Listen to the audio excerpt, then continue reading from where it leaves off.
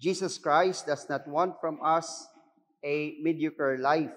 Ganahan sa Jesus nga kita makigbisog, maningkamot, o mapaugnat sa atong kusog para ipakita nga kita iyahang mga tinun-an. Og ang nakanindot sa iyahang paghangyo kanato nga kita makigbisog kay siya makiguban kanato.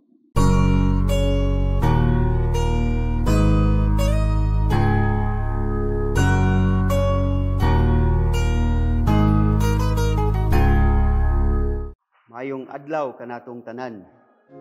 Ako nausab si Father Chester Serrana, gikan sa San Agustin de Hippo Parish, Magsico, San Fernando, Cebu. Niya kita sa adlaw-adlaw nga palandong, ang pagpamalandong sa pulong sa Dios. Niya na kita sa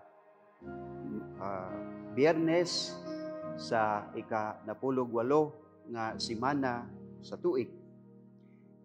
Mamalandong kita gikan sa Ebanghelyo ni San Mateo chapter 16, 24 to 28. Now, I would like us to reflect upon these two statements of Jesus. If you want to follow me, deny yourself, take up your cross, and follow me. And what will one gain by winning the whole world if he destroys his soul? Ang unang gipamulong sa atong Ginoo, wala nagpasabot nga malipay siya nga mag-antos kita.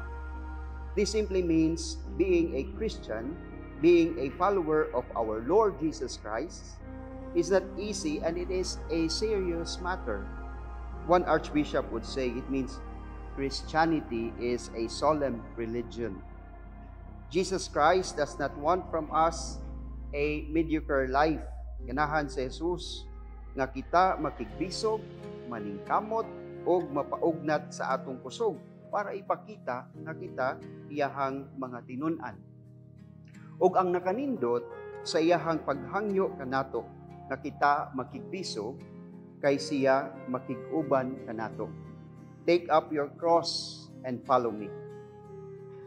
What will one gain by winning the whole world if he destroys his soul?